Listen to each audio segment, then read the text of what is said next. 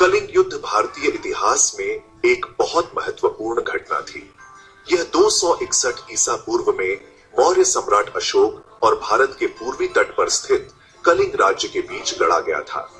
यह युद्ध अपनी क्रूरता और जान माल के भारी नुकसान के लिए बदनाम है। हालांकि इसे अशोक में एक गहरे परिवर्तन के उत्प्रेरक के रूप में भी याद किया जाता है, जिससे उन्होंने हिंसा का त्याग किया और बौद्ध धर्म अपनाया।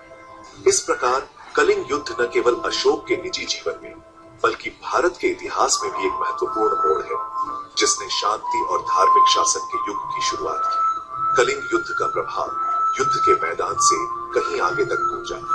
अशोक की बाद की नीतियां, जो उनके नए बौद्ध धर्म से बहुत प्रभावित थी, ने शांति, अहिंसा और सभी प्राणियों के कल्याण पर जोर दिया। अपने साम्राज्य में स्तंभों और चट्टानों पर खुदे उनके शिलालेख इन सिद्धांतों के प्रति उनकी प्रतिबद्धता के प्रमाण हैं। कलिंग युद्ध युद्ध की भयावहता और पश्चाताप और मुक्ति की स्थायी शक्ति की एक कठोर याद दिलाता है। कलिंग युद्ध के कारण कई हैं। एक मजबूत समुद्री परंपरा वाला समृद्ध क्षेत्र कलिंग व्यापार मार्गों और संसाधनों तक अपनी पहुंच के लिए रणनीतिक रूप से महत्वपूर्ण था। अशोक के लिए, जिन्हें एक विशाल साम्राज्य विरासत में मिला था, कलिंग पर विजय प्राप्त करने से पूर्वी तट पर उनका नियंत्रण मजबूत होगा और मौर्य शक्ति में और वृद्धि होगी। यह युद्ध दो महत्वाकांक्षी शक्तियों के बीच संघर्ष था, जिनमें से प्रत्येक अपने प्रभाव का विस्तार करना और इतिहास में अपना स्थान सुरक्षित करना चाहती थी। युद्ध अपने आप में लंबा और खूनी था। अशोक की सेनाएं बड़ी और बेहतर ढंग से सुसज्जित अंततः विजयी हुई। हालांकि यह जीत बहुत बड़ी कीमत पर मिली। प्राचीन ग्रंथों में युद्ध के मैदानों को लाशों से भरा हुआ बताया गया है। हवा मृत्यु की दुर्गंध से भरी हुई थी। अशोक की महत्वाकांक्षा की मानवीय कीमत, जैसा कि उनके अपने शिलालेखों में दर्ज है, ने उन्हें गहराई से झकझोर दिया, जिससे एक गहरा नैतिक संकट पैदा हो गया। कलिंग युद्ध के बाद अशोक में एक नाटकीय परिवर्तन देखा गया। अपने द्वारा दिए गए अपार दुख के पी रिमॉर्स और दुख से अभिभूत अशोक ने एक गहरा आध्यात्मिक परिवर्तन किया।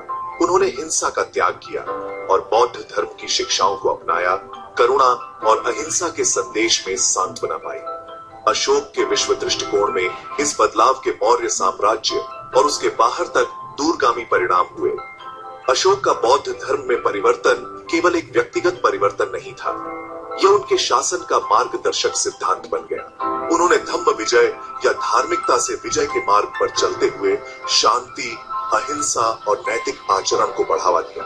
उन्होंने अपने प्रसिद्ध शिलालेखों के माध्यम से इन सिद्धांतों का प्रचार किया, जो उनके साम्राज्य में स्तंभों और चट्टानों पर खुदे हुए थे।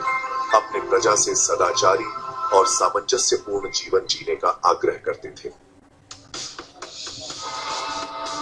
कलिंग युद्ध भारतीय इतिहास में एक महत्वपूर्ण मोड़ है, जो बल से विजय से धार्मिकता से विजय की ओर बदलाव का प्रतीक है।